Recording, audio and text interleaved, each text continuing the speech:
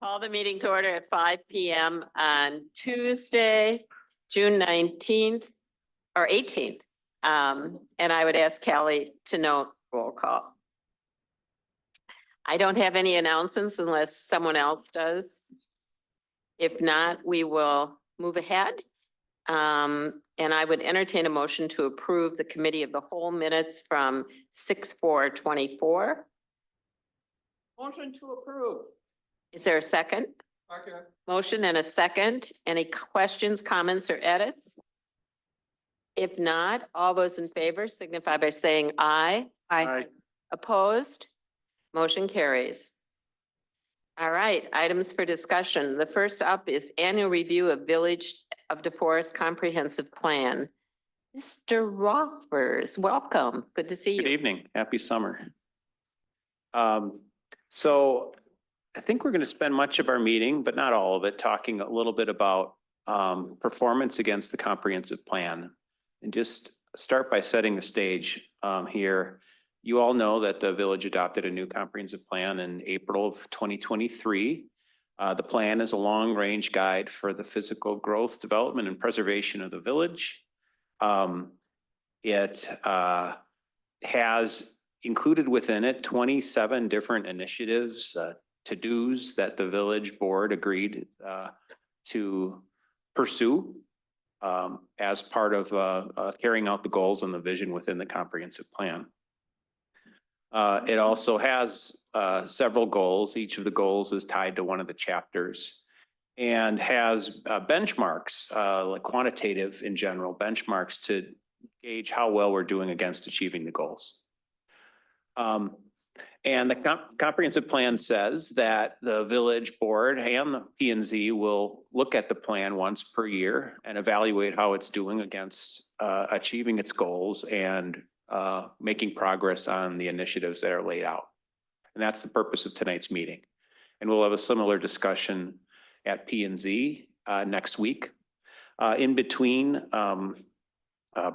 Brandy, I'm nominating you, and others are going to post this information on the web, get out a couple of social media blurbs to see if anyone in the public also wants to review and offer comments, and we'll offer the P&Z meeting to do that. The documents that you have in front of you, the cover memo, why are we doing this? Again, measuring progress is always good. If you're not making progress in achieving your goals, maybe you have the wrong goals, or maybe you're doing the wrong things. But it may be also timely because as I see the rest of your agenda, you've got a schedule starting at your next COW meeting to start talking about the budget for 2025. And so some of this stuff may feed into budget initiatives that you may have or propose. So with that, I want to turn to what we've got for the documents. And I do not intend to go through every one of these words here because there's quite a bit. I'll start by noting that this was all prepared as a team here. Alex initially kind of rode herd, collected a lot of information from other staff in their departmental areas, handed it off to me, and I tidied it up a little bit before it got to you. This first chart is called Implementation Progress Towards Achieving Comprehensive Plan Initiatives, and it's intended to measure what we're doing to carry out each of the 27 initiatives or what has been done. It's less focus on what we hope to do, and more focus on things that are done or are programmed to happen, or, there might be an accepted bid or something like that. Orient you to the organization, the least important column is plan chapter. That just tells you where this initiative is housed within the comprehensive plan. The second column, each of the entries in bold are the titles of the initiatives. If anyone wants to learn more about what the initiative is, there's either a couple paragraphs or a few pages within the comprehensive plan that lays out a lot more detail on each one of those. The third column is called priority. And the board, Kyle members may remember that we had a little exercise among you all and P and Z to take a look at these 27 initiatives and tell us which ones you felt were most important. And based on that, the final plan includes a priority for each one of them from top to high to moderate, with the assumption that if it was a low priority, it wouldn't be on your initiatives list at all.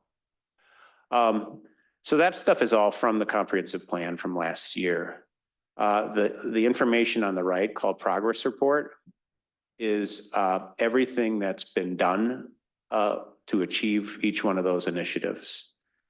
And I'll try to dial in a little bit. And I like I said, I don't plan to go through all of this, but well, before I do, let me just overview on the second table, because I think it's a little bit different, and what you might not see here, you may see there.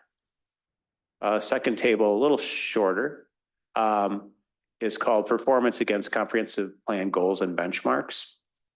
And the way I describe this table, it's less about what's being done or paper being moved around or discussions that are being had, and more about physical or measurable improvements to the village that have occurred to actually realize the goals that are laid out in the comprehensive plan. So it measures things like population growth, trail miles added, things like that. And that one has 3 columns. The first column is the goals that are laid out in the comprehensive plan in each of the categorical chapters, from economic development through intergovernmental cooperation. The benchmarks that are established in the plan to help measure whether those goals are being achieved. And then the third column is the new stuff that shows, well, what have we actually accomplished, or how has change occurred within the village over the past year to demonstrate, whether those goals are being achieved and those benchmarks reached. So there's a lot of cool stuff there that I'm sure we're going to spend a little time on. Rather than going through all, anyway, let me just pause there and see if you have any questions on what we have, and without getting into any of the substance of what's in there. I think we're good. All right. So what I was planning to do next is just highlight the progress on the top initiative, just to sort of get the ball rolling down the hill here. And then you can grab it from there and talk more about that or anything else on the page, which I don't intend to focus on. So there were 5, I think, top high priority initiatives within the plan. One of them was advanced revitalization of downtown DeForest and other redevelopment areas. That's this guy's primary job, along with CDA. So far over the past year, that revolving loan program has been created and utilized. Work has begun with the CDA to advance revitalization of a downtown redevelopment site. And we're ready to bring forward a tax incremental financing district project plan amendment over the course of the summer to you and P&Z and the Joint Review Board to help facilitate that. And there's continued discussions and communications with the school district, who's still has the Holm Center site for sale. I don't know, Alex, do you want to share a little more on that, since it's your department? Well, I think, out of all those things, when we're talking about the 2 pages that you were just highlighting in terms of actual tangible metrics, and then sort of this, which is a little bit softer, I would have to say that the revolving loan program has been a tangible thing for us. We've had some, a project utilize it, and that's a direct investment in revitalization in the downtown. The rest of what's on there is sort of still in the planning process. But as small as a dollar amount as that may seem, I think that's been a really good program and nice movement towards that priority. The next 2 top priority initiatives are similar in focus. One is to protect and evaluate environmental corridors, and the second is to help protect and improve water quality in the Yahara watershed. Again, those were identified in the adopted plan as top priorities. To achieve those, the village is updating the urban wildlife management plan. You all adopted an ordinance that related to preservation of natural areas at your last meeting, I think it was. When we have brought forward the urban service area applications, and there's been 3 over the past year that have been approved by Regional Planning Commission, we've worked with them to define the boundaries of environmental corridors. And as we've gotten development proposals, specific developments like the Bueller Farm that have come forward, we've really honed in and defined and refined those boundaries, which is really only done and possible once you have detailed delineations on wetlands, floodplains, and some of those features. So that kind of on the ground work really happens when development is proposed near environmentally sensitive areas to really kind of define and refine those boundaries. Under the next initiative, help protect and improve water quality in the Yahara watershed. A stream bank restoration plan has been completed. I understand the village has received some grants to help implement that plan, and restoration projects planned for 2025. And then continued work with the Friends of Yahara River headwaters is also on this list. Anyone maybe to my left that wants to comment any further about any of that? We're working through the process for the stream bank revitalization. We applied for grants for the next phase. Both of those, phase 1 and 2, would be completed ideally next year. As we work through that process, I think we are looking very favorable to get another trim grant from the DNR to help cover some of those costs of the phase 2 things. Urban wildlife management plan we're working through that one as we go through.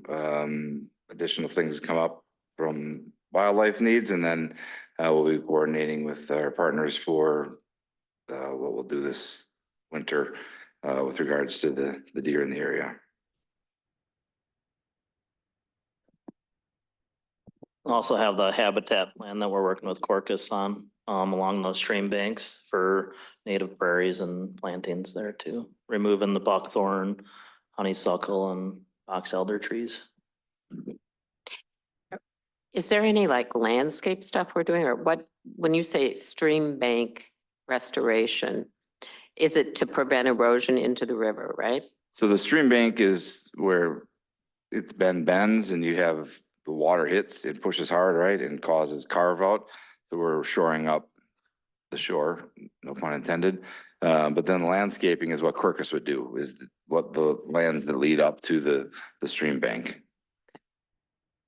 And I just want to remind, resulting from the evidence of the work that's been done over the years, the reclassification of the stream to a class 2 trout stream. That's a reflection of the type of habitat that trout like or need to thrive in. And there's discussion about, even getting that to a class 1 stream. So again, and you all know that, we continue to look at properties along the stream, the river, whether it's parkland or conservation for acquisition. That was amazing. Jim? Oh, I like Oh. Greg, or maybe we'll take team. all right, yeah, we'll take team. How about that? The Friends of the Yahara River, they brought in the person that classifies trout streams, so we now know more information of what gets you rated higher. And to me, what was great about it too, because we're a class 2, they're thinking about, or probably will start, what's the word, stocking. Docking, yeah. So we'll That's start getting stocked with fish, so there's a high probability, at least in my opinion, that we'll get to the class 1. The only drawback is that they only reclassify every 6 years, so we got some time to work on it. I think our point is to make sure that happens the next time they come through. Yeah, the DNR technician that presented at the Friends meeting the other night, was super excited about the stream bank projects that we're gonna be doing. So he can't wait for those to be done. Wonderful. Well, and trout fishermen travel. I mean, that's a group of tourists that we would love to have. Good. So the other two top priority initiatives fall in the public works realm. One, maintain the function and condition of existing roadways. Again, others can talk more intelligently about this than I can, but the village is on pace and to keep its roads up to date. All the roads that are scheduled for, or were scheduled for improvement this year are going to be improved, and same is true for next year. The last top quality initiative, top priority initiative, expand bicycle, pedestrian and transit options. You all have seen these. There's new trails along river, the full extent of River Road now, along Windsor Road between the river and River Road, confusing, around the high school area. And that was based on a significant grant the village received based on its trail planning. And in other scattered locations. And you'll see in the next chart, we measure how many miles we add each year with a goal, I think, of adding a mile each year. And last year, or between last year and this year, it was 1.7 miles of new trail were added to the village. One of the things you kind of see behind the curtain a little bit here, I think, it says it's a high priority initiative that's kind of sandwiched between it. It says signalized intersections to be installed at Highway 19 Williamsburg Way. And that says when. That's my note that I didn't quite fill in. We think it's going to be done this year. So I'll update that. Did check with our engineers. We don't have a set date yet, but 19 should be done this year at some point. The plan is designed and done. We just need to get it implemented. So. It goes on to say, and approved at Highway 51 Pepsi Willie, a little shorthand there to fit it in the space. But, you know, we'd hope that would be correlated with the opening of Quick Trip's distribution center, of course. That's an amazing accomplishment too. So, you know, this is a blur of text, but I think it just shows all the hard work that so many people have been doing over the past years, kind of directed to the goals that were set in the comprehensive plan. So it's exactly how it's supposed to work. Before we go on to the next chart, again, I'll pause here and see if anyone has any comments on, you know, those top 5 or anything else you see here on the chart. Yeah. Colleen.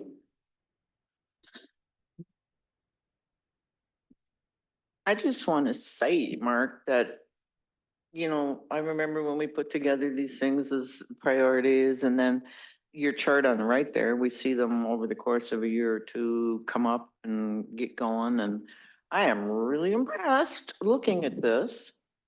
That's a lot of stuff we got accomplished. So to whoever for all the hard work, well done. And it's the board too, so thank you, everyone. It's a lot of work and we'll have to keep it up to keep up with everything that's been started and exists, but it shows people talk about our community with a lot of pride.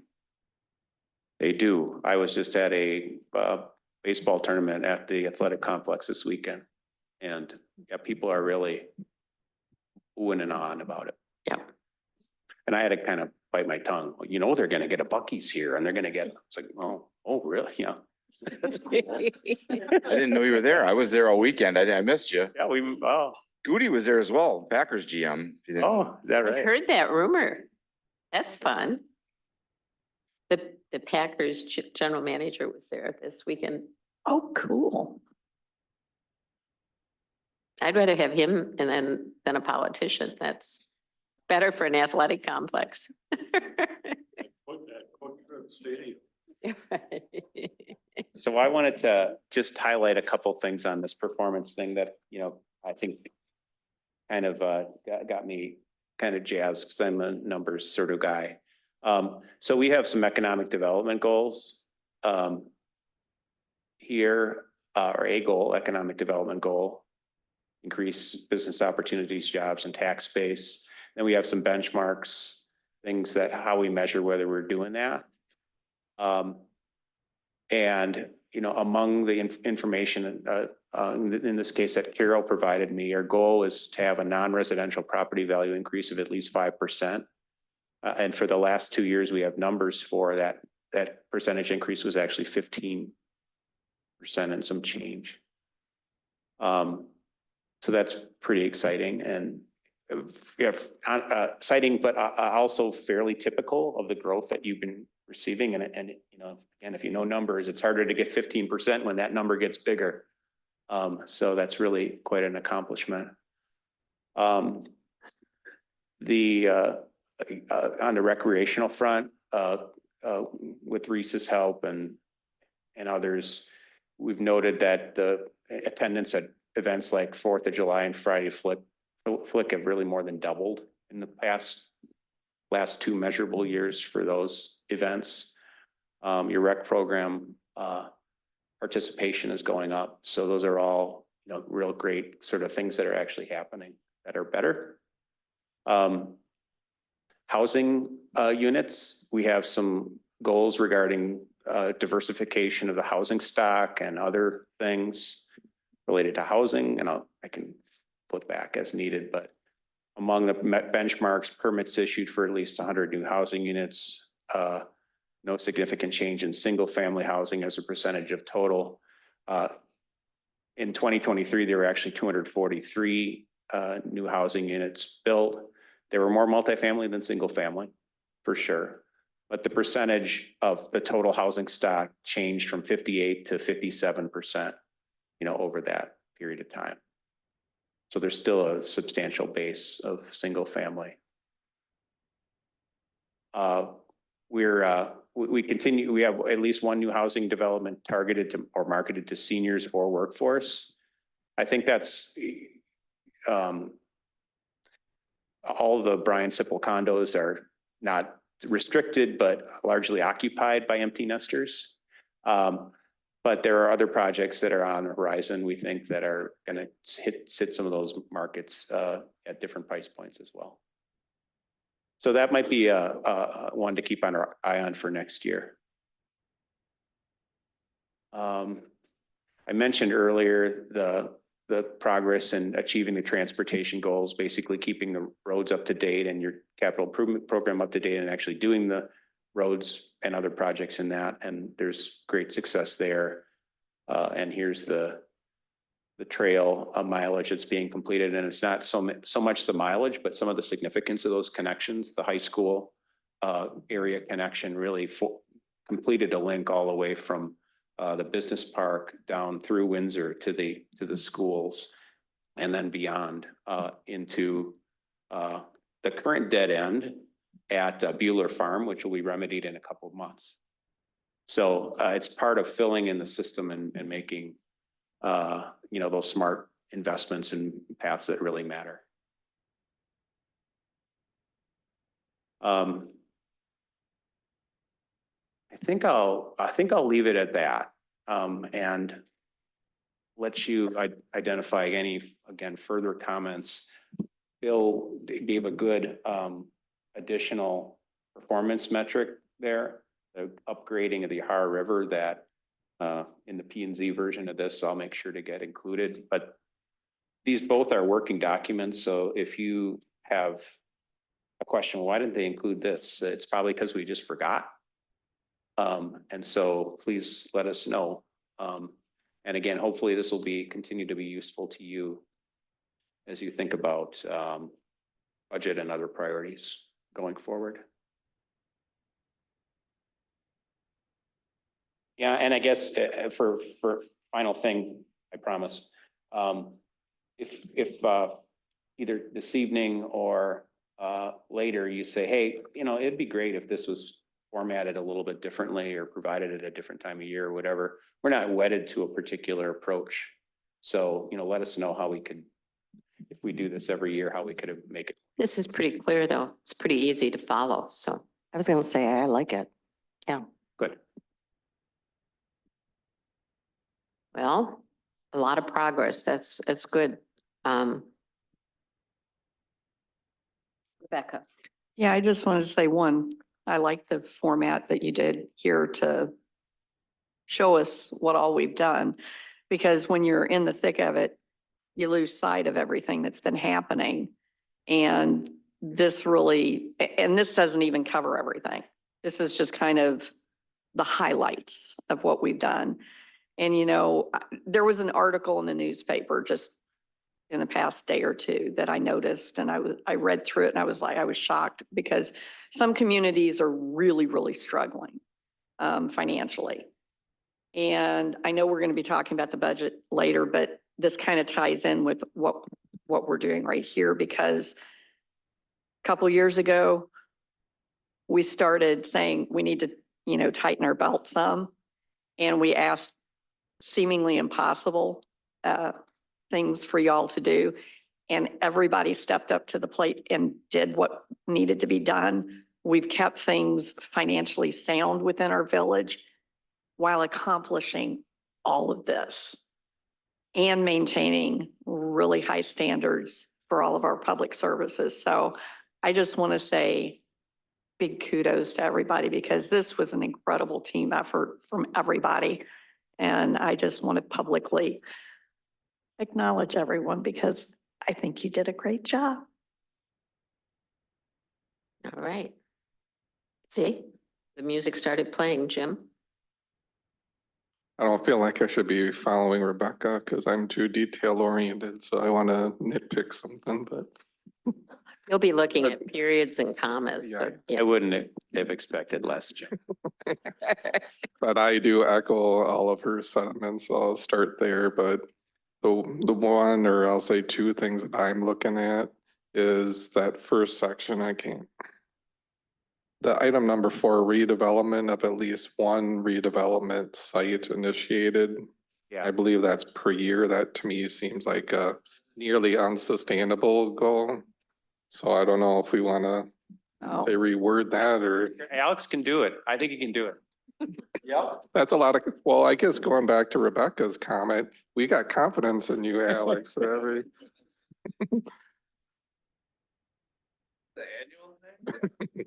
Well, yeah, I mean, that could change to every other year, every third year, or something like that too. Yeah. And I would say the same for I guess the item number 3 that says at least one new housing development targeted towards seniors or workforce. And it's been great for a good couple of years, but if we go back to some of the lean years, there's going to be years or multiple years in a row where we're not going to hit that goal. But Yep. guess that as long as everybody's aware. Yeah, oh, and I think that's great, and I have no problem with what you're saying. Goals and benchmarks, you know, should be kind of hard to hit, and if you're hitting them all the time, then your goals aren't ambitious enough. So, but I'm not disagreeing with those 2 points either. Good luck, Alex. But we have gotten a couple of sites going for redevelopment. So we're in good stead. I just want to add, it does, providing a list like this and even the hard hit priorities or goals allows for us to make those decisions within the budgeting process of where to redirect priorities. Say, for example, if we're hitting some economic development goals pretty steadily and easily, that's an indication to us that we may be interested in directing more resources toward redevelopment instead of economic development, where potentially the market's favoring that over redevelopment. So that's what it's telling me. The other thing that I would say to that, and I'm sorry. The other thing I would say to that and to Rebecca's point is that it's hard to achieve a lot of these other goals if you're not achieving your economic development goals. Right. That's the fuel that feeds the others. And that's why some of the municipalities that you're talking about that you might think, oh, this municipality seems to be doing strong. Well, they don't have the tax base growth that allows them to raise additional revenue to do these other things. So they're interrelated, but that one is, I think it's first on the list for a reason, is because it's hard to do this without that. Yeah. No, I was looking at the farmer's market and the music and the kids frolicking.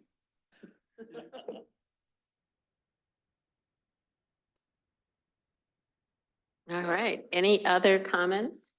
If not, we'll keep looking at this and if we're gonna feed stuff, it's probably good to do it before P and Z. Is that true or any time is fine? We'll publish a final version after P and Z is done with it. Okay, So I think anytime in the next couple of weeks, and then we can post it and make sure you get a final copy. okay. One of the things that we don't see on here and is a management thing is, but we are, as far as I know, fully staffed as a village right now. Is that true? We need more officers. More officers, okay. I know a couple of communities that are struggling. They don't have EDs, they don't have planners, they don't have good accounting people, so you know, we've done a good job there, so now we need more officers. Okay. All right, maybe we can add that and a solution to the fire department. All right, moving on, if there's nothing else on this, to the budget calendar, and Carol and Bill are gonna do a tag team on this. Thank you, Mark. You guys only have one microphone over there?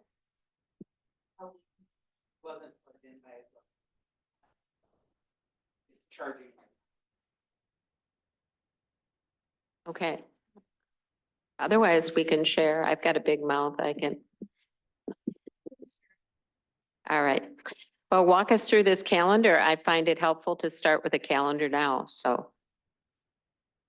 Yeah, so you'll see as part of the packet here, a tentative calendar of our best estimate of critical dates through the 2025 budget planning process. I'm not gonna hit all of the dates. I think it's fair for you to read through them, but I just wanted to highlight a few important dates.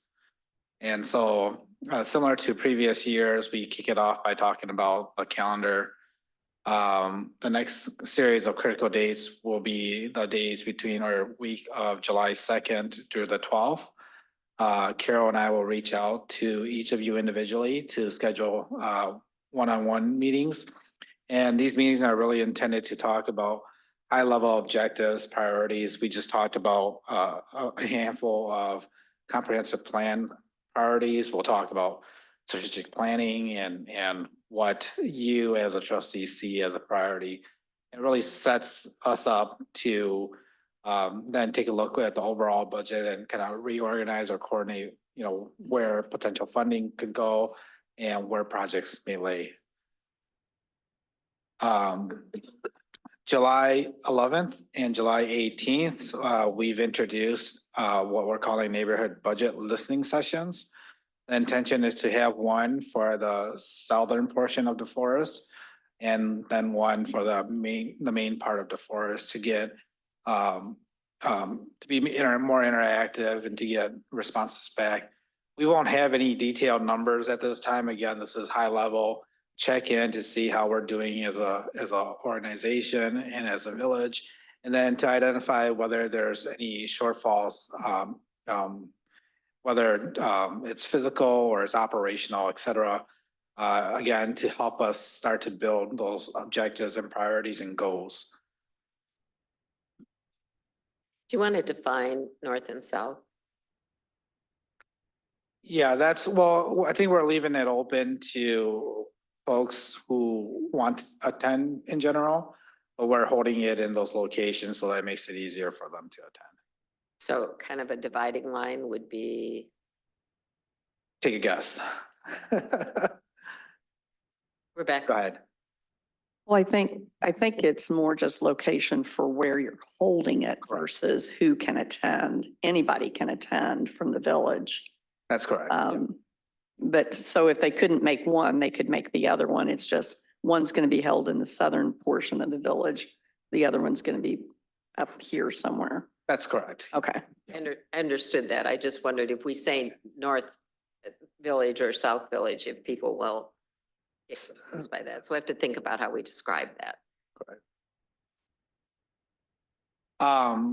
So you'll see on July 16th will be kind of the first kickoff meeting. So this is talking, if you remember last year, we had a presentation on comparisons of where we stand with other communities in regards to the mill rate, in regards to expenditure restraint, in regards to, interest, what's moving and shaking the market at this point, and kind of just adding to that list of priorities and concerns, challenges, et cetera. So in August, we again will have presentations from each of the departments, including the community center, the library, and the fire and EMS department.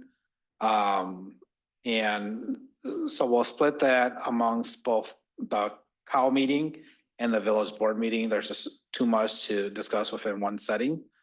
They'll run through a short presentation of kind of a year in review, and then also, upcoming challenges and forecasting what they see as potential impacts to the 2025 budget. Following that, I think the next critical date here is that we are requesting that departments provide a preliminary budget to finance early, so September 9th. They'll still have an opportunity to make last minute changes, but this is an effort to try to get you numbers early on in the process. And that's going to come at the beginning of October. And so you'll see that the week of October 2nd, we'll start to set those second one-on-one meetings with each of you. That's going to be the opportunity to really run through the numbers within the budget, departments, et cetera. Have an opportunity for Carol and I to explain, what those changes are. And then it all really comes together towards the end of October, where, October 15th here, we'll understand, what the parameters are from the state requirements and state limits. And then really putting that together with the hope of you directing us to go ahead and post the public hearing notice. So one of the things that I did want to spend a little bit of time here is also talking about, I think every year when we receive those department budgets, we're asking you for input about what potential, what tax rate can we anticipate. It makes it a lot easier on staff to understand, if there's a number that we should not exceed, we can plan accordingly to that and prioritize within the department budgets. So that's something to think about as we go through this entire process, understanding what pressures we have from whether it's the departments or whether it's needs, maintenance of service efforts, impacts of revenue, et cetera.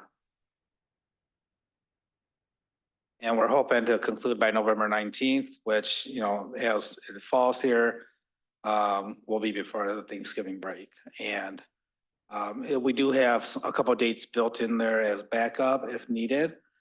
So that I'm hoping we don't have a special meeting, but we should have hopefully the budget concluded far in advance of the requirement to submit it to the state. Okay, Anything? questions? Carol, you're very quiet. You don't have anything to add? All right, Jim. I noticed in the timeline that says July to September, it talks about a My Viewpoint ClearGov. I'm a little bit curious what that is. Oh, good point. Oh, that'll be my area. So my Viewpoint is an add-on program that works with our Cassell accounting program. So it's a place where the department heads can go and look at history and see historically what certain line items came in at. So it just helps them build their expense line. Helps understand what they might need. Oh, that's handy. Yeah, so that's my Viewpoint. ClearGov is a program we are now using to help us build our budget book. So historically, what you've seen is a printout of an Excel workbook that has multiple tabs in it. So we're now gonna put our numbers into this program called ClearGov, and it's gonna help, I think, visualize the budget a little more. It's gonna have more charts and graphs and comparisons and hopefully allow us to put a little more description behind the numbers. So we're working to get you a budget document that's a little more involved, People friendly. gives you more, User friendly. we'll see. I don't know. It's good sure for that's this. the We do goal. well with pictures and few words, so that's a good thing. So, yeah, it's an ongoing process, and you've heard me say this year after year as we continue to improve on this process, making it a bit more transparent, adding the listening sessions to make it more interactive. In addition to that, we've created an Engage the Forest site where we'll have this information on there. And so, you know, it's a evolution of the process, I guess. And if it works, great. If it doesn't work, we'll, you know, readjust and move on from there. Good. Well, there's questions. Tashidra and then Rebecca. So will that document look a little bit like, well, let me explain it. So in the library meeting that we just had on Tuesday, Jan was talking about the budget and getting prepared for it and how she would have to come and do a presentation. And she shared how she received a document that basically helped her to see how, when she was building and describing the budget, how it compared to other libraries when they were building their budget and different things of that nature.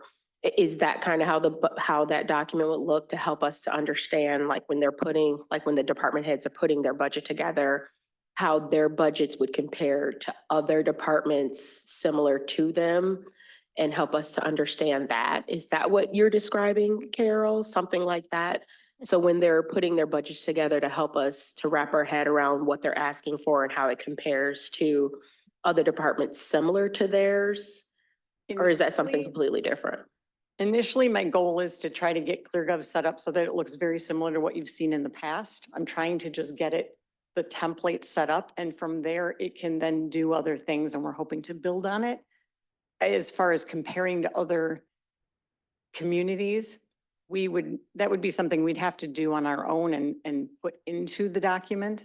So, I mean, it's not going to do that automatically, but it's certainly an area we can consider. Right now, we're just trying to get the kind of the outline set up, and as much as possible, make sure we're giving you at least the same information you've gotten in the past. And then we'll try to start from there, working on what we can do better and what information might be helpful. And just an additional comment on that, you know, when we talk about municipal budgets compared to other municipalities, that becomes challenging because of different ways that municipals budget their line items. So a definition under our line item under a particular department may be totally different than the same name in a similar department in a different municipality. So that's a lot of data. Historically, what we've done is that we've looked at past data and to find out what expenditures we can expect moving forward. We are exploring program-based budgeting, where we're looking at strategic programs and then affixing the cost to that and then spreading that across the line item budgets. And so we're continuing to we're trying to continue to improve that process and get you more information as we go here. Rebecca. Related to the neighborhood budget listening sessions, I'm just trying to get a feel for what those will involve. I mean, obviously, people coming and chatting with you and getting their feedback and stuff. Is there going to be anything in the sessions where you're kind of explaining the budget session so that kind of an educational opportunity for part of that transparency, because there's a lot of people that don't understand our budgeting process. Yeah, Um, actually, Carol and I was talking about that this morning. So there, it is intended to have a short presentation, kind of explaining where the dollars go historically in government, whether it's the departments, and explaining that whole mill rate, right, piece of it in the village, sharing a portion of that. We'll also talk about the impacts of assessments and how an increase in assessment doesn't necessarily mean an increase in your property bill. That's helpful. And so we'll talk about, you know, again, from a high level, try not to get too far in the weeds here, about giving a basic, you know, budgeting 101 type presentation. And then really it's intended to leave it out for comment. You know, I don't know if we're gonna be able to answer questions in detail about what's to be expected upcoming, because we just haven't had those conversations here yet. But we'd be able to answer any questions that we may about past budgets and why, the reasoning why we went in those directions. That's exactly what I was thinking of. Thank you. Okay. Any other questions? Okay, we'll put these in our calendars and, you know, they're good targets for us in the budget. And the listening sessions are not agendas, so if you intend to attend, please let Kelly know so that we can post a quorum. Hi, Mark. Okay, if that's all on that one, we'll move on. Bill, are there any administrative updates? Yeah, just quickly, so we've been active in meeting with the community center about their progress here in exploring becoming their own entity as a nonprofit organization. There was some intention to seek reorganization under Chapter 184. WRS did not like that, and so they're exploring continuing under Chapter 66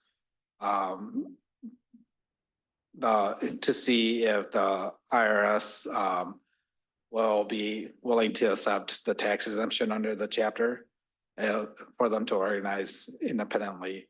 And so we're still waiting to hear back from there, but in talking with Natalie and Tina from Windsor and Kathy from Vienna, we're starting to get into that time frame where it makes sense to bring the group back together, talk about next steps heading into the end of the year here, whether that's extending the current agreement in place or moving forward in a different direction. So we'll hear more about that soon. Okay. Carol, do you have anything? All right. Chief Olson? Yeah, just a couple of quick things. First off, thanks for all who were able to attend the award ceremony about a week ago. It was Monday night, went really well. So we appreciate your support and those who were able to make it. Bill mentioned staffing. So currently we're short 2 positions. For the authorized strength, we're probably short 3 if I start looking just how busy we've been lately. It's staff is running literally all over the place, it feels like, but I do have a final offer out to 1 candidate. Should get that back tomorrow. Likely he'll start in July, but has to go to the academy. And then we're in the final testing stages for yet another candidate who would also need the academy. So I'll keep you up to date on that. I think that's all I got. All right. You've been busy. Public Services, Judd. Handful of updates for you. The northern reach of the sanitary sewer that's going along Hickory and will be completed in August. They had some issues going underneath the Highway V. There's a little bend in the pipe. That's not good. So we're working on that. There'll be a delay and they're bringing in their best crew to finish that up for us then. Northtown Road resurfacing will start later this week. That's in the TID 4 Northtown Road and Bear Tree Parkway. Rigstead is ongoing. The utilities are all done there at Rigstead. So they'll be moving along with that. Bellflower is being built. We did a roll test there this morning on some of it, so we'll have some additional stonework to put underneath to solidify that road. A reminder, if you're coming to the park dedication, please get there by 10:50. Parking is extremely limited over there and we're anticipating an awful lot of people. So if you plan to be there, please get there early. And then we talked about land acquisition last board meeting. Those things are ongoing and they should be coming back to the board here in the coming weeks for adoption and approval for you guys to acquire them. So Will you give the date for the park dedication? I just heard two people ask. Friday at 11 a.m. So if you could be there by 10:50, that'd be great. Friday. This Friday. Sorry, I'll be at work. You might be sick that day, right? Oh, you said it publicly. I know I can't. I was not talking to you. I was talking to Jim. All right. Moving on, community development update. I do. Yep. So just one quick update, just wanted to share with the board, because the project's been brought before the board with some development agreements, but the cobblestone project, they have withdrawn their application to move forward at this time. So I just wanted to give you an update so that we kind of knew where things were at. Any reason? Financial feasibility of the project. So. Oh, that's sad. Now I turn to you. Are there any other potential hotels that we can? So they're putting it on pause, just to be clear. And they'll reevaluate hopefully when market conditions change for them. Right now, the margins are just a little bit too thin and the risk was a little bit too high for them. At the moment, there's not an actual hotel coming in, but there have been conversations in a different area. Okay. Good, thank you. Well, Alex, you didn't have anything else? Okay, then administrative, Callie. So as you all know, Joelle is here today. Joelle has been appointed the deputy clerk. So she is in training, I guess, on how a board meeting runs. She will be standing in for me if I'm unable to make it to a meeting. She has been doing a fantastic job in her first month or so here. She's overtaken the licensing renewal process this year and was very successful. So you will be seeing more of Joelle at meetings and all around. And then the other thing is we are starting to kick off the August election stuff. The ballots will be delivered next week and also the first run of absentee ballots will be sent out next week. So things are starting to speed up around here. And what's on the August ballot? It is a partisan primary, so it will be their state and federal races are on there. I have not seen a copy of the ballot yet to know exactly what will be on the primary ballot yet. But as soon as we do receive that, it'll be put onto our website. Great, thank you. All right, let's move on to, I'm sorry, Jim? I was just gonna ask if that primary, is it gonna interfere with one of our village board meetings or? No, the August election does not. It is the week in between the two meetings. The November meeting does fall on the November election, and we had agreed last year that we would be moving that to the week before the election in October. Okay, other questions on that? All right. The Recreation and Community Enrichment, Reese, I think that's just such a great name. Yeah. Community Enrichment Program, I do, she says. So we've obviously been very busy. In the last couple of weeks, we've had 39 different programs and sessions start. This Thursday, we have a Friday Eve. It's the Mike Meyer Band. We're watching the weather, unfortunately. So far, we've been really fortunate. So hopefully the tides change for us. And then kind of as Mark had mentioned, registration has been going really strong for us this year. We have seen an increase, even though we've implemented that non-resident fee. We haven't really seen a dip in registration, so. Okay. And attendance and games at the athletic complex, have they been up steady? Sorry, I missed that. I know it. He was disturbing you. It's his fault. The athletic complex, has the number of tournaments and games been up or? Yeah, we had a couple tournaments canceled this year, but we've gotten some late tournaments added, and then we've had a lot of usage weekday, barring the amount of rain that we've had. But you know, overall registration or reservations for the complex are looking really good. And concession stand this weekend, we came so close. We were $15 away from having 15,000 in concession revenue. Wow. Which the volunteer. The volunteer group was the Police Foundation, so they'll be getting our largest donation back to that group, and they did an amazing job. Jim. I was just wondering, there's some concern with the out of village resident fee. Is that, if you got any numbers, has that been affected or was it as anticipated? The numbers? Yeah, so we have outperformed what I originally had estimated that we would budget for this year, and we haven't released our fall winter guide yet, but we've already outperformed that.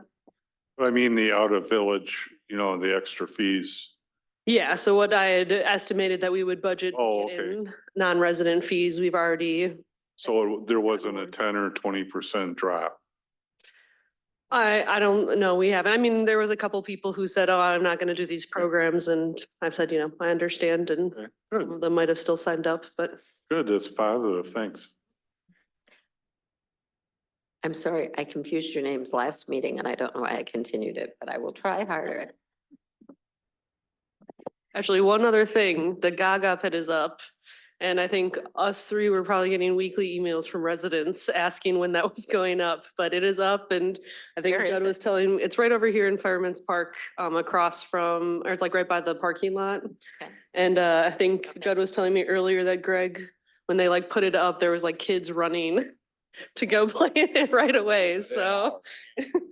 And can you explain one more time what it is? Oh, gosh, It's a sophisticated dodgeball. there we go. This is the pit of Gaga. All right, and we have the rules board is on order, so, but there was a lot of buzz even on the Facebook post. When we said it was installed, a family saying like, oh, my kids love it too, let's get down there, so.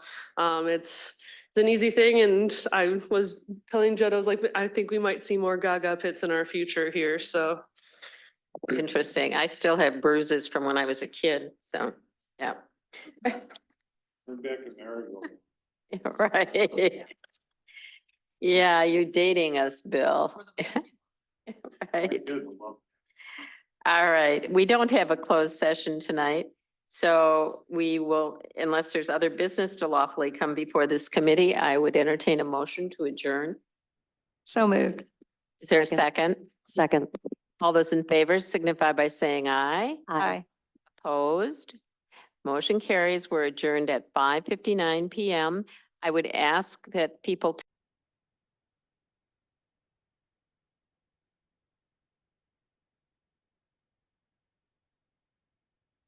All right, I'd like to call the regular village board meeting to order on Tuesday, June 18th at 6:08 PM. I would ask Callie to note roll call. It appears we have a unanimous or a full quorum. I would ask all those who are able to stand and for Bill to lead us in the Pledge of Allegiance.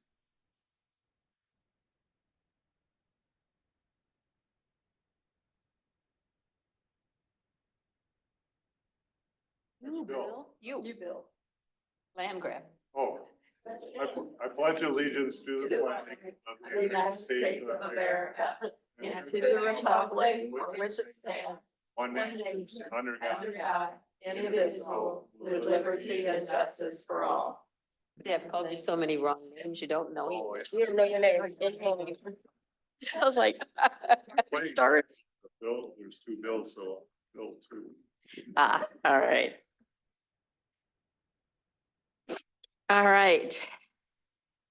Announcements, the village board will convene into closed session pursuant to section 19.85 1E of the Wisconsin statutes for purposes of deliberating or negotiating the purchasing of public properties, the investing of public funds, or conducting other specified business, public business whenever competitive or bargaining reasons require a closed session.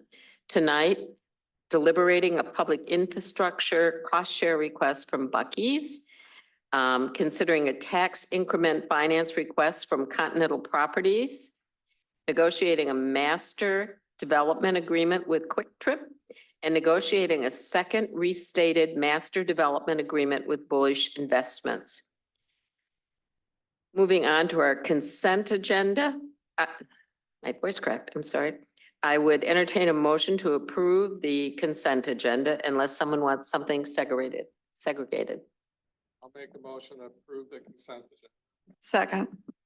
All right, all those in favor signify by saying aye. Aye.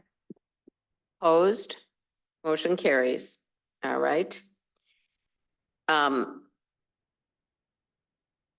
Public appearances, it appears that we just have you from, anybody comes in lately, we look and we go, who is here? Safe and glad you're here with us. We'll try to get to your material soon. In fact, we're there. Presentations of 2023 audit results. I would assume it's both of you. Yes, so this is Leah from Baker Tilly. She's here tonight to go through the audit report with you. I did put paper copies of the report and the financial statements on your table, so you have those.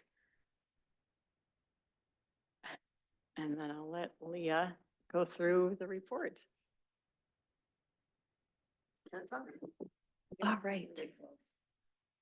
Okay. And then the other two, how do I get to I just want to briefly show like the statement. This way? Okay.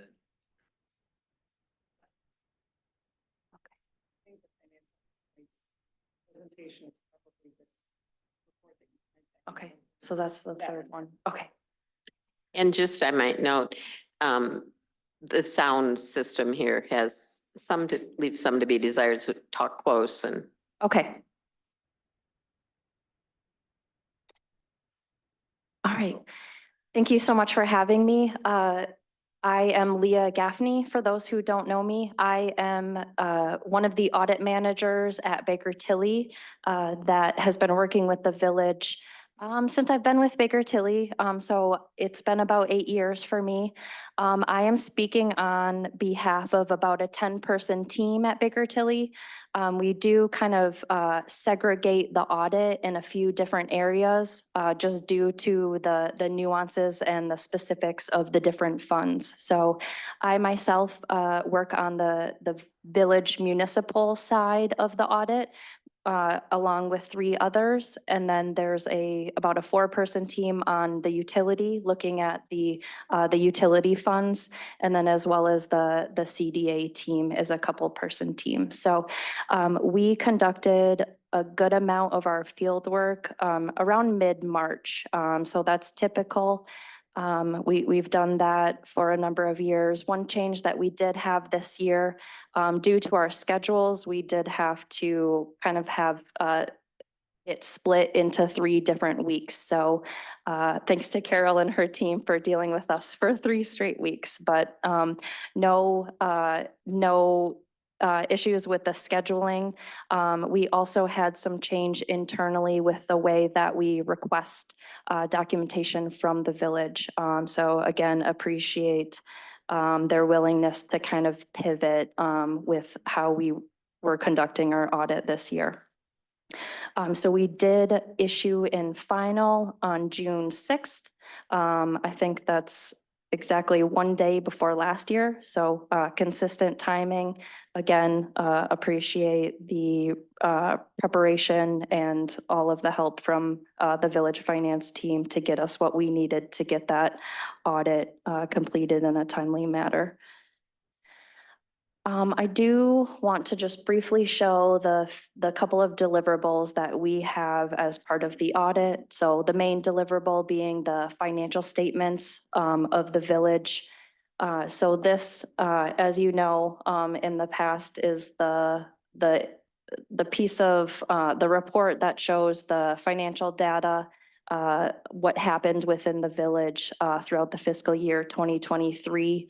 It does include the CDA, but more as a kind of a component unit than kind of holistically. So what I'm showing here is the independent auditor's report. That is really one of the main purposes of the audit, is for an outside auditor to provide an opinion on the financial statements. So as in the past, we provided an unmodified or a clean opinion. So exactly what you want and consistent from the previous years. There is one thing I wanted to know. About a year ago when I was here, I did mention that for the year 2023, the village was going to have to evaluate the applicability of GASB 96. So that was a standard that was approved and applicable for the fiscal year 2023 that related to IT arrangements. So similar to the previous standard that was applicable in 22, it was any sort of agreements that the village had to utilize IT softwares. So the standard required municipalities to evaluate if they have long-term contracts for the use of software that were large enough for the village to record it as a use of an asset. So kind of like a capital asset, but more of an intangible. They municipalities having the right to use a certain software for a number of years. Both of the village finance team and ourselves as an outside party reviewed what we thought maybe were applicable. We noted that they were either short-term, so they were under 12 months, which excludes them from the standard, or they were not material. So the village did not need to incorporate any of those balances into the financial statements. I will go over kind of high level the financial information that's in this document within the highlight graphs. So I will jump to the reporting and insights.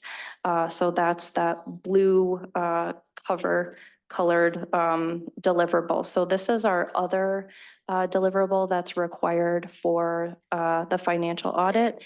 It includes all of the required communications. So there's a lot of words in that, but if you didn't get the chance, I would recommend reading through it. It has a lot of good reminders, notes, things like that. It would have any sort of concerns or issues that we stumbled upon during the audit, if there were any. I can tell you there were not. Quite the opposite, actually. So we had previous recommendations in the report. For as long as I've been working with the village, we had recommendations that for journal entries to be reviewed, as well as account reconciliations to be reviewed.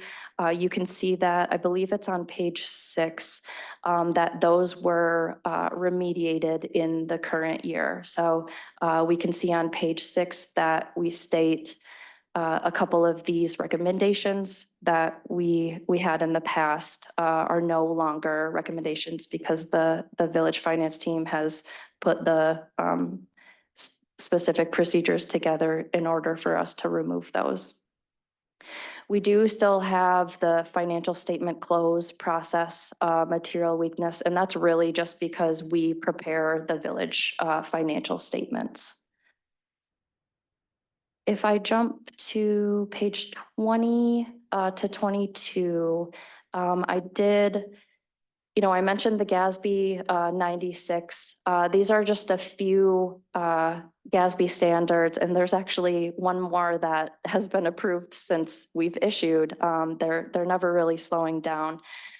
So there's a couple new accounting standards or rules that may be applicable to the village in the upcoming years. I would anticipate none of these would have the amount of effort that the last couple standards had. So, but there are a couple of pages following that kind of talks about what those standards relate to. Any questions before I jump to the financial highlights? I don't think so.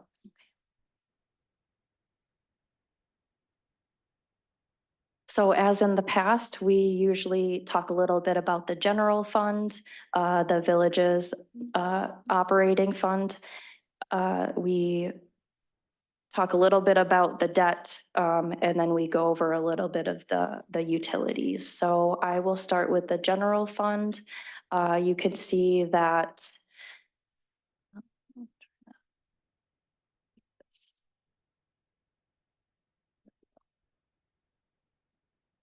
so during the year 2023, we had, the village had about 87,000 of net income. So that increases the kind of the total fund balance overall by that amount. There are 5 kind of fund balance categories that are available to the village, 3 of which kind of are being used at this time. So you can see how each of the different categories compared to the others, as well as how they compared to the previous year. So I will start with the most restrictive category, that's non-spendable. So that's your amounts then that cannot be spent because they are either already spent or they're kind of set aside for a specific purpose. So you can see in 2023, we had an increase. Most of that increase is related to non-current receivables of about 240,000 of that 310, as well as non-current interest. Excuse me. Where's this in our packets?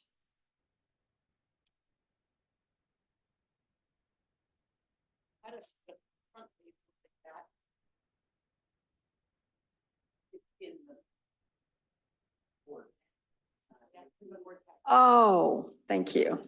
I'm not looking at that, sorry. Oh, okay. So sorry. Yeah, so the two that I kind of covered briefly are probably the binded things that you have. And then these highlights are really just for presentation purposes, so not necessarily a deliverable. Okay.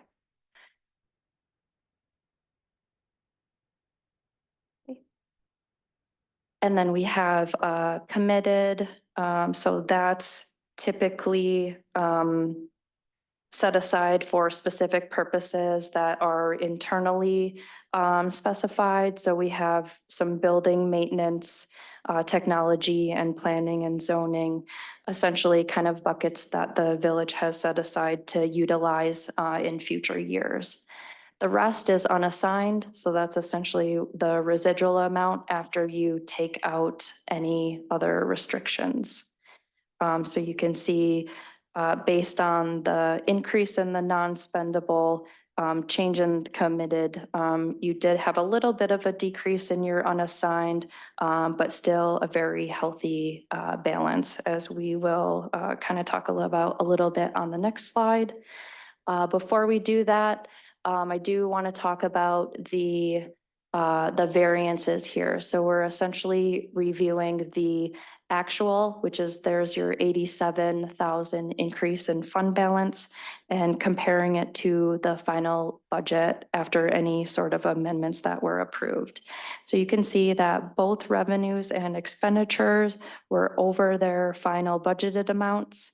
A few items I wanted to highlight as far as what's driving those, I would say interest income was the main driver of the revenues.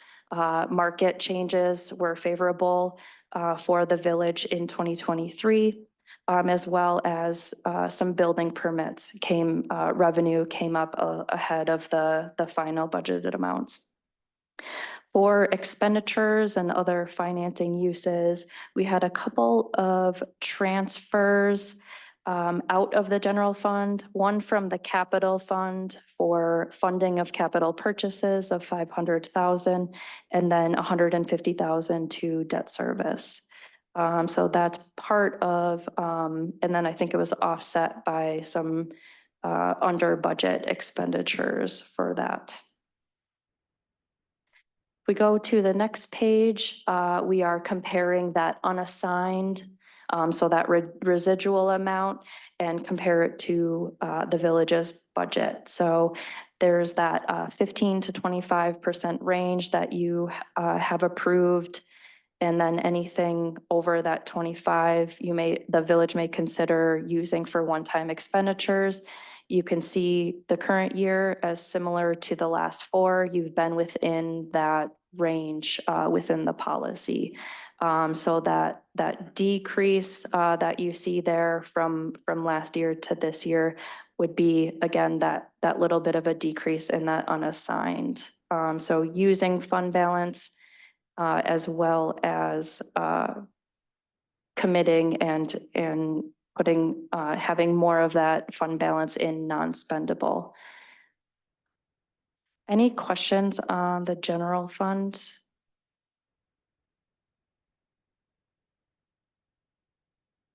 Kim? Can you remind me what the blue line is? So the blue line is the minimum. So the policy is that range of between 15% and 25%. So the blue is your minimum, which you're well above, and then the black is that maximum that's within the policy. Thank you. You're welcome. Okay. The debt metric we see here is just comparing the outstanding general obligation debt to that state limit of 5% of the equalized value. As you can see, the village is well below the statutory limit of that 5%. So we have about just under 51 million in general obligation debt. You have a capacity of just over 100 million. So you're just under that half of that debt limit. You can also see how that debt is broken out. So you can see the kind of the village side or municipal side of things, just under 48 million, with the utility having just under 3 million. I did want to note that about over half of that 47 million is TIF related. So that's usually good to know. You have a lot of activity in your TIDs and you've had for a while. So just wanted to note that just over half of that 47 million is related to TIF. And then just to note, the utilities do have some revenue debt outstanding that doesn't affect the general obligation debt capacity or outstanding debt. So it doesn't get reflected here, but it is an additional item we wanted to note. Any questions there?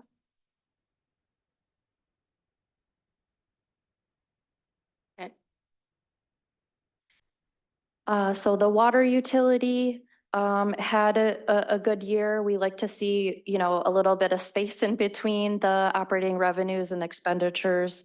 So good, healthy operating net income in the current year of 560,000. So I believe the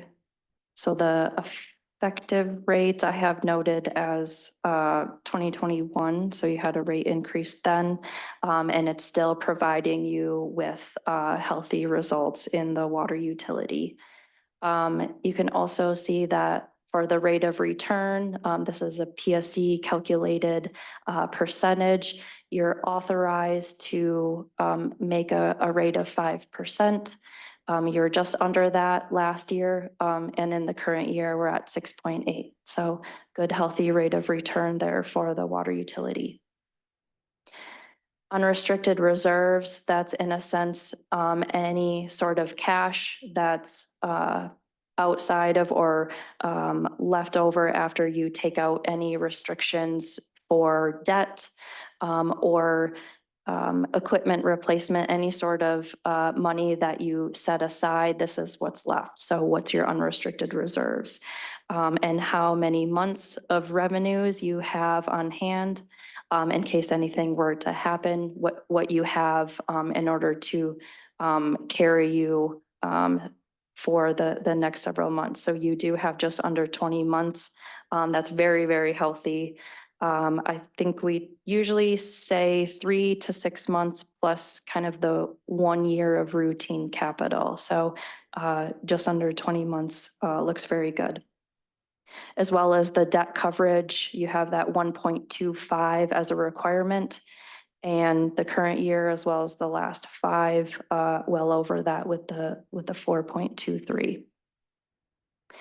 An investment in capital is essentially what you have or what the water utility has as capital, you know, physically in the ground, and how much of that is financed by equity versus debt.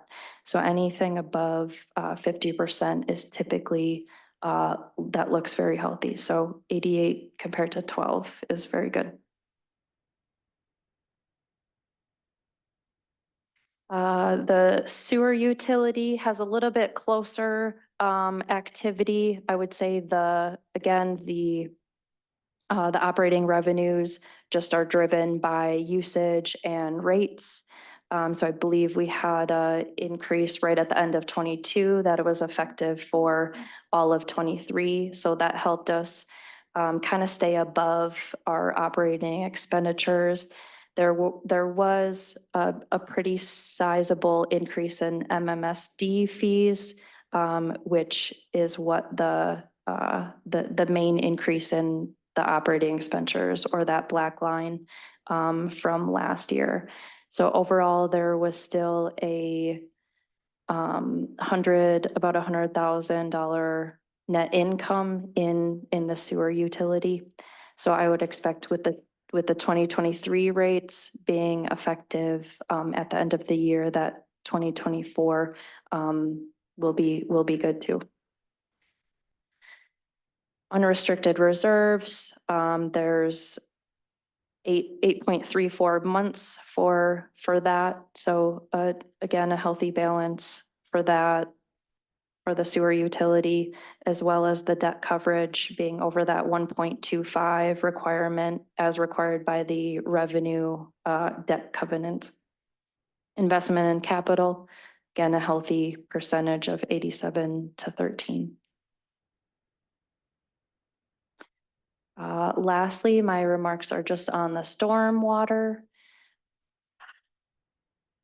So there was an increase in stormwater fees in 2023. So that helped kind of increase that green bar a little bit from last year. And then there were some kind of the increases in expenditures appeared to be kind of all over, just in operating, just in general operating costs increasing. But there was also some detention basin costs that kind of drove those operating expenditures higher than last year. So that was an overall net income of 37,000 for the year for stormwater utility. Unrestricted reserves, we have a little bit less here,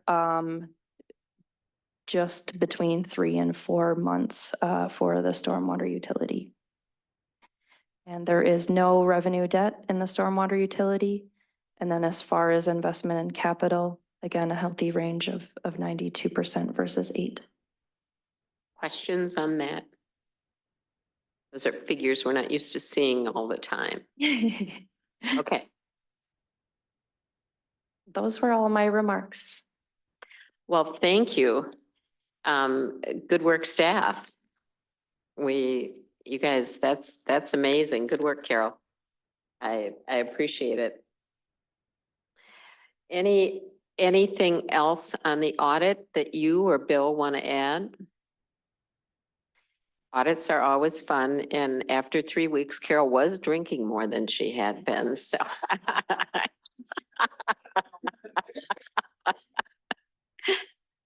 She was good. She was good. All right.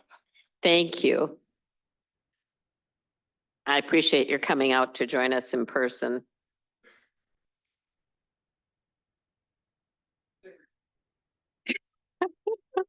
Oh, I gotta quit forgetting about the recording. All right, old business. Discussion regarding a potential youth advisory council program. Alex. Yeah, so it's been a while since this one was last here at Village Board. The last time we discussed this, we had a number of comments, and the thought was to put together sort of a draft structure to what this might look like. I do have that in place. The next step from here, pending feedback and input to this, would be to work with the legal wizard to my right to potentially do any modifications to our ordinances that would be required for accommodating participation in any of the committees and commissions. So I think it's fairly straightforward.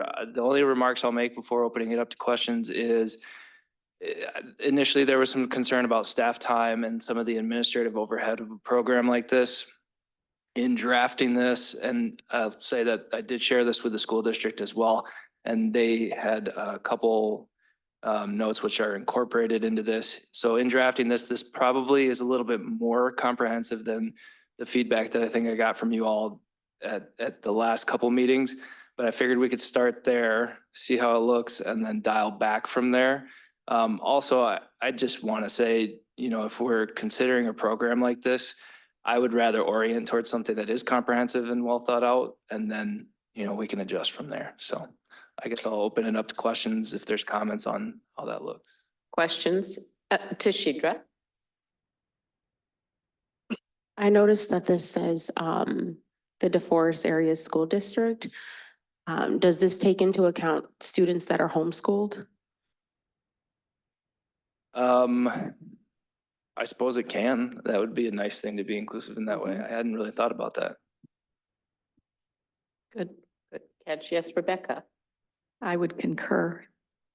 As someone who did homeschool kids, this would be ideal for civics education. So, yeah.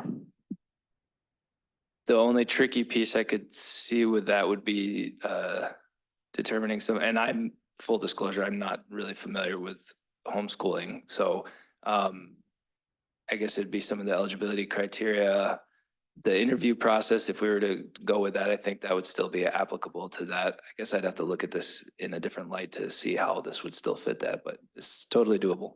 As someone who's homeschooled, if the parent is keeping records the way they should be keeping them, then they should be able to provide you with a clear indication of where they are at educationally, their GPA based on whatever criteria they use, the program that they use to teach their kids. There's a grading system there too. So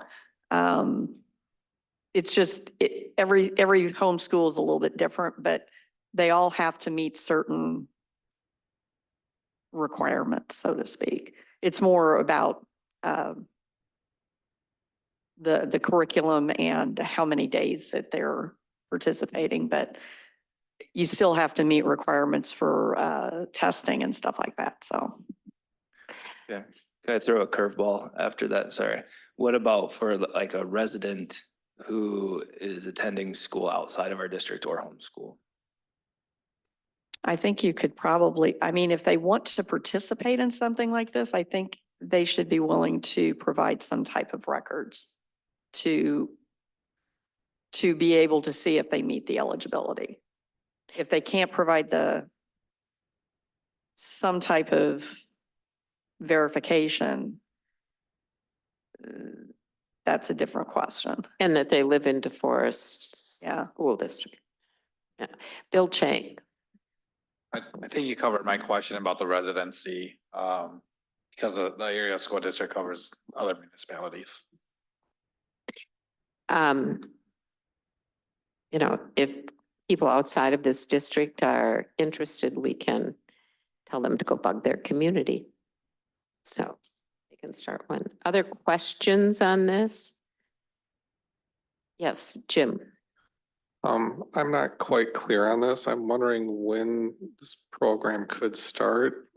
Boy, I was reading it with the qualifications. It looked like it'd be hard to start for the next calendar year.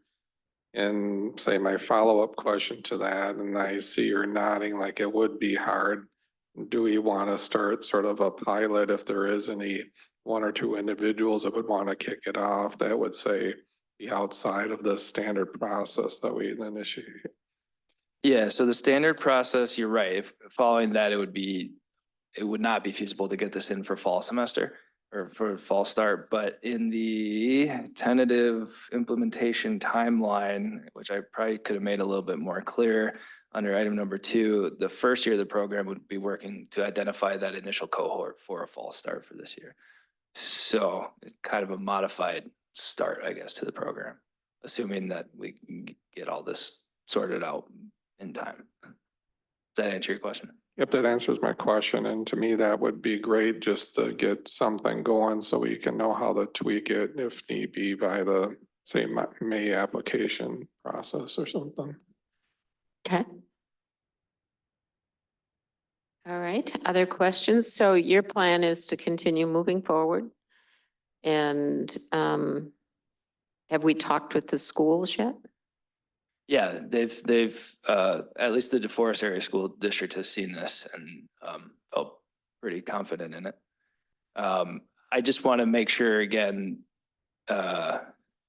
because, well, maybe this is more of a staff level discussion in terms of the burden that this takes on, but if there's anything in here that stands out from an official standpoint in terms of, you know, additional requirements for board or committee members, I just want to note that here. Otherwise, yeah, next step would be to work on bringing back some ordinance amendments. Okay, my concern, I was one of those concerned about your time. I'd also be concerned about what is the school expecting from this, or the parents who are homeschooling, you know, if they have requirements for participation that are different, we need to know that before we would proceed. Sure.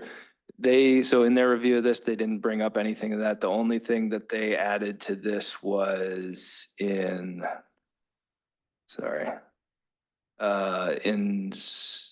point number 8, they were hoping that at least this could be noted that students could use this as volunteer hours to meet other requirements for whatever programs or things they may have. That's good. And I would ask Rebecca and Tashidra, do you know, are there homeschool associations that? Yes, there are. There's the Wisconsin Homeschool Association is one, but there's also like groups of parents that will get together to almost like a cooperative.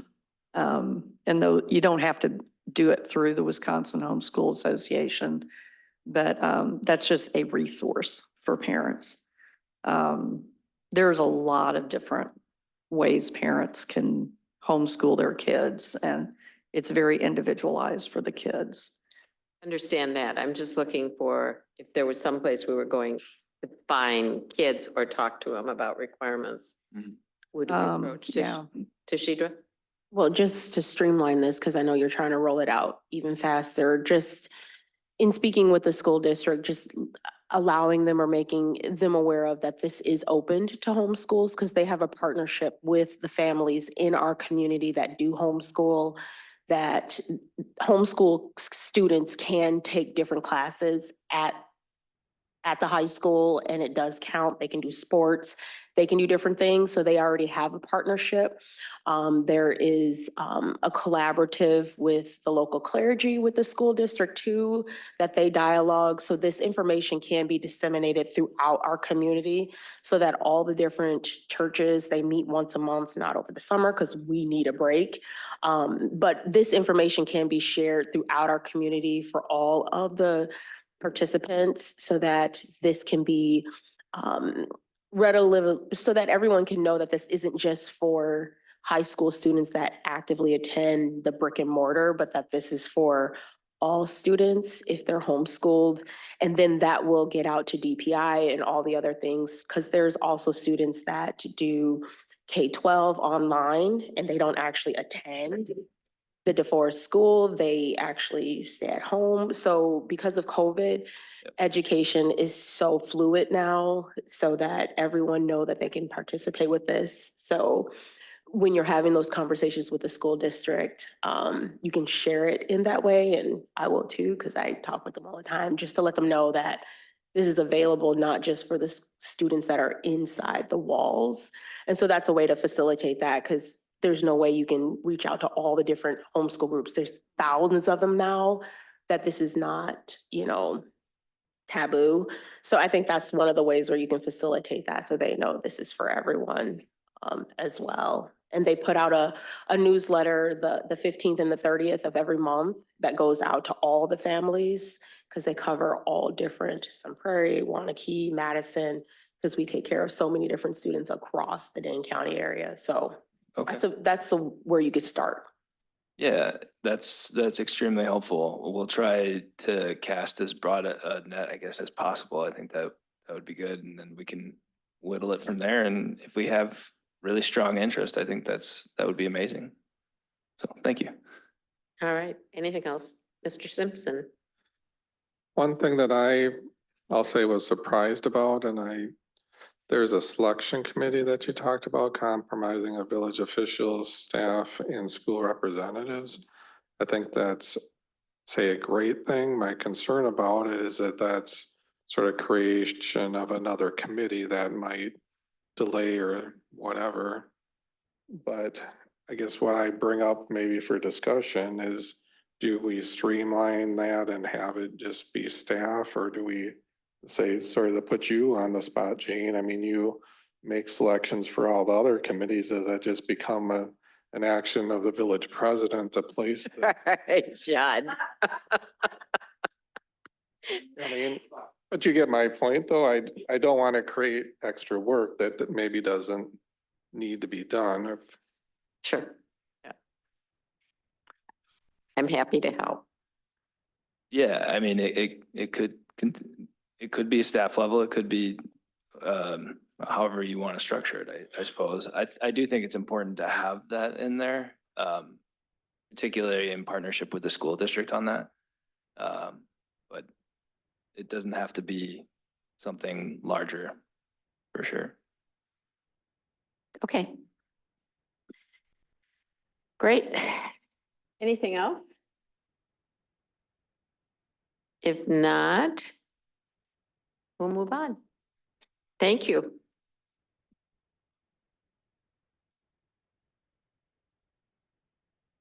New business, discussion regarding native prairie plants in street boulevards.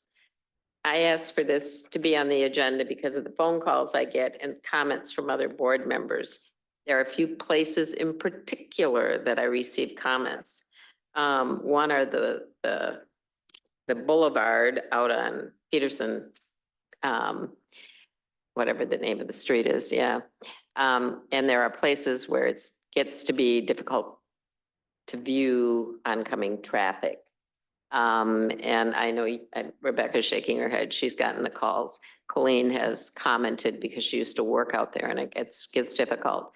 The other thing is we asked a couple of people to mow their lawns and when we did it for them and they commented on our ditch that grows and isn't maintained. I guess it's called something else out there, and a couple of other places where we have natural prairie flowers. I happen to personally dislike the rain garden in the back.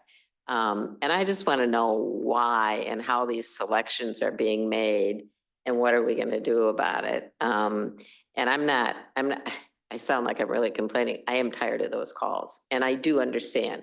We're asking them to keep their grass down and they're saying, you don't. So anyway, Rebecca, you have your hand up. Yeah, one of those other areas would be up at Van Burn and Northtown. You come up, if you're coming north on there to the stop sign and getting ready to turn left, I'm afraid to even have my window open because it's like a forest there, or was 2 days ago. I don't know what it's like today, but it's really bad, and it's not prairie grass, it's weeds. We're working on the one at Van Burn and Northtown that's on our radar. The others are native prairie planting areas like, out here, or the rain garden, and specifically picked plants to be there to help with infiltration and containment of water so it stays on site. Another area might be the athletic complex that people often complain about, those parking between the parking areas. Again, that is to help us infiltrate water and not have to have such a large basin to collect stormwater with our 100% stay-on standards we had back in the day there. But even 90% stay-on is a lot of water that needs to stay in the area. So that's why those are there. Peterson Crossing was done Several years. State did that. There's not a lot of stormwater along there. So if we were to remove those native prairie areas, it would be an expensive proposition for us to put stormwater all along through there to make sure we can convey it and treat it appropriately. So help an idiot. How do those plants absorb more water than other plantings? I'm gonna let Greg, he's got. So the roots on the native plants are so much greater than, turf grass. Turf grass maybe is that much roots, where I can send out an email with the description of what native plants roots look like, but they could be 10 feet down in the ground and they break open the ground so water seeps in. So I was talking to the developer out there on Peterson Crossing. There's a big pipe that they had to put in, and he's like, there's hardly any water that comes through here, and that's the pipe that feeds all Peterson Crossing stormwater, and it's all infiltrating into the ground. It's not even running off, which is a good thing. So would Could I add, because I was part of the design team that did Peterson Crossing. I'm sorry. But you're right, it was developed without that pipe being installed, and it was added as per the request, I think it was Dane County or whatever, where we put that in, but it was not needed. So it's great to hear that it's functioning like it was supposed to and not necessarily using the pipe. Is there one question, then I'll move to Rebecca. Any reason we can't tap them? That was gonna be my question. As far as like cutting them down, I mean, if you're cutting them down mid-season, it's not good for the plant. And then the seed bank will disappear. So you want the seeds to come back so it'll look good for many years down the road.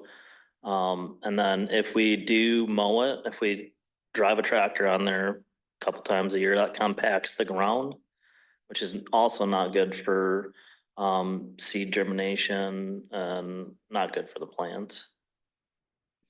Rebecca?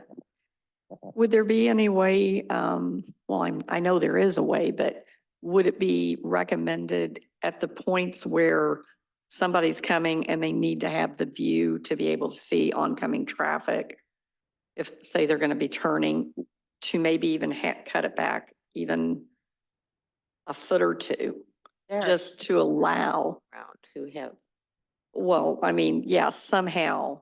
So, we've got Quarkus maintaining those medians and we've asked a couple years ago to start reducing the size of the plants that are closest to all the turning radiuses and stuff. And we do go out once it gets a little bit taller and top them 12 to 18 inches down at the intersection. Once we see they're getting too tall, we'll go out there and just kind of do 100 feet or 50 feet-ish on each intersection. They're also designed though, where it's an intersection and there's a median, a boulevard, right? That so you can pull. So if you were wanting to head north and you were leaving, say that Paws Paradise or Paradise Paws or whatever it is there in Windsor, and you were leaving that parking lot, you could pull out halfway and then look to yourself to see if there's traffic coming before proceeding north, right? So that's the idea of boulevards also is it allows you that opportunity to get out into there to look to see what's coming and safely operate into the lane you need to travel on. As for seeing oncoming cars, it's not necessarily a requirement when you're driving, right? Even roundabouts are designed, so you're not supposed to see the cars coming at you the other way. That's why they're built up with a berm and plantings there, is because they don't want you focused on that. They only want you focused on what's coming to the left. So I don't like those either. I know. Over there again. You're meant to slow You can traffic. put some native prairie plants in the middle of the roundabouts too. That would be a better place. So, all right, well, I want to bring it up because we need to think about it where we do it. And we need to think about what we tell residents. So I'm going to refer them to Greg and you, and I'm going to tell them they still have to mow unless they have an approved rain garden and, or they are forming us to prevent stormwater runoff. If they want to do prairie grass, any homeowner could put prairie grass in. They need to notify the village that they're doing prairie grass. And then they have to prove that it's an actual prairie grass and not just a jungle. Shidra. Oh, and it's restricted to the backyard. Sorry, the zonings are jumped in. Dang. Let's Backyard only. let's change our zoning. Let's do it. Judd, I really appreciate Greg, I really appreciate that. What you just explained about the plants and the roots and them doing what nature is supposed to do. I think that would be really great for you to put on our website of Inform DeForest. So that we're not always sending people to you, but we're directing them to the website and all the hard work that you guys have done to keep DeForest informed, because you don't know what you don't know. And that was a really great description of why we do what we do. And I love the fact that we have nature taking care of our beautiful community and keeping us safe. Well said. All right. Yes, Bill, help me out here. Does anybody mention my name Yeah. about native grasses and well, my yuccas, where I have them in between the sidewalk and the street, those roots go down 8 feet. To give you an example. And I planted extra milkweeds last year from the seeds. They're up that high. They have pods about that high. I don't know. They're ready to go. But like Peterson Crossing, it's a selection of the varieties. I mean, they'll have when they seed, they'll have a general mix, and we have to be more selective, I think, instead of just a general mix, have low varieties. I mean, my plantings between the sidewalk and the street were selected so they aren't any higher than that. There's grasses that only grow that high. And then on my property, I have grasses that grow 8 to 10 feet tall. So it's selecting the varieties. Only in the backyard, right? You should be having them. Tell me. Yes, only in the backyard. You can't do that in the front yard and on the boulevard. What? Zoning says no. There it is. So ordinance says. It's true. It's not Well, Brandy, it's any- the ordinances any that are higher on the than- books. Can't be within 10 feet of a sidewalk. Those grasses in the front, they could be in the back. You just told on yourself. Randy will be over there next week. Okay. You gotta be careful here, Bill. It's all decorative grasses. I can tell you the varieties. I feel an enforcement action coming on. Who knows what he's hiding in that brush? All right, Mr. Reuter. For what it's worth, section 27.051 sub 2. Yeah, I'll find it. Page. B says no planned natural landscaping is permitted within 10 feet of any sidewalk or lot line. There you go. You can't have plants around the mailbox? Well, you can have plants, I guess, around. We're your gonna be mailbox, having a but, lot of you know, angry a people in petunia is our different village. than- I have 3-foot marigolds around my mailbox. Well, like I said, you probably get someone visiting. Maybe that's something we do. All right, let's just say there's no really finish to this item other than I'm tired of the calls. I've made my complaints and let's try and keep visibility up around the roads. And we'll refer people to the website in the future. We'll keep an eye on the intersections at the height of those and make sure we're keeping them into lower stature. Okay. Jim, Well, the other thing I'll add to it is I like the idea or whoever put Greg on the spot to put some more information about the native prairies and the part that I'll add too, that when you were talking about different rain gardens and detention basins, those are often engineering designed and have different outlet structures and things like that. So that is very different than somebody not mowing their yard, so. We'll engage the forest. We'll have a page. We'll get Stacy on that and create something there. And there's lots of things we can share there for ecologically minded folk.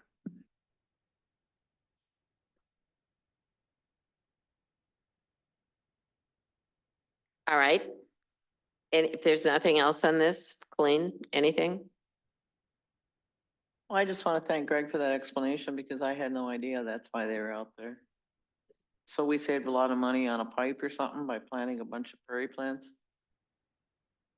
Oh, well, there's pipe on underneath. It's a big drain tile. It's probably like 36-inch pipe, but there's nothing going in it because the prairie plants are doing their job. That's interesting. I did not know that. We Yes, had I the, used to try to pull out of the driveway of Paradise Paws to come north. And it was always kind of a guess if somebody was coming south that I was gonna pull out in front of. So they can be a bit of a pain, but, sorry, Jane, that's a good excuse for why they're there, so. We Yeah, we just do- need do- reasons. We gotta be able to give people reasons, so. All right. Yes, sir. You're just gonna try. and get out of I this. think what you did last year on Peterson Crossing was sufficient to where you cut at the intersections to a certain degree, and that's fine. But you don't need to go any farther. Thank you. All right. Presentation resolutions and ordinances. Resolution establishing a special assessment policy for new sidewalks, curbs and gutters. It's resolution 2024-061. Judd and Greg. Resolution was in your packet. You guys have something you want to say? This is so we can cost share with the county on areas that they have roads and cover the help 50% cost share on the trails and or sidewalks that may be near county highways. If we don't have this, then it's burden is entirely upon us. So Motion to approve. Second. Oh, we have a motion and a second. Al has a comment. I just wanted to add that this is establishing a policy. It's not changing a policy. It effectively is putting in writing what you've done for the last 30 years in terms of special assessments on sidewalks. Motion stands. All right. We have a motion and a second. Any further comment? If not, all those in favor signify by saying aye. Aye. Opposed? Motion carries.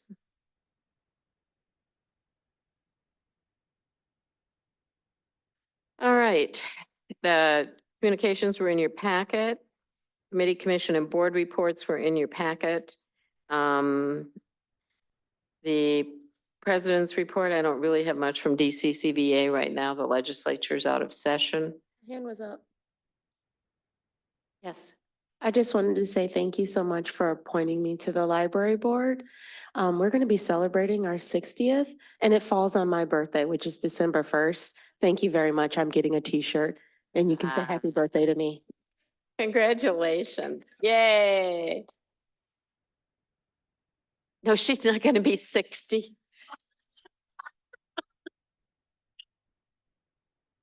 Not yet, anyway. If I am, I look damn good. Point, set point. All right. Well, the majority of our business tonight is going to be in closed session. So I would entertain a motion to convene into closed session. So moved. Second. We have a motion and a second. All of those, roll call, please.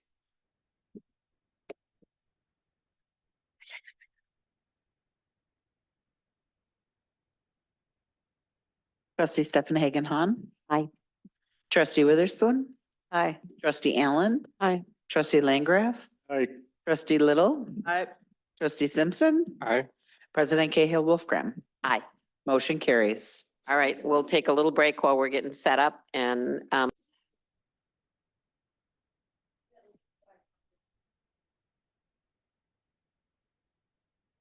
as far as I'm sorry. Okay, as far as I know, there's no other decisions to come out of close, so and no other business to become before the board, so I would entertain a motion to adjourn. Motion to approve. Second. Second. The motion in several seconds to adjourn at 9:09 PM. All those in favor signify by saying aye. Aye. Opposed, motion carries. We're adjourned at 9:09.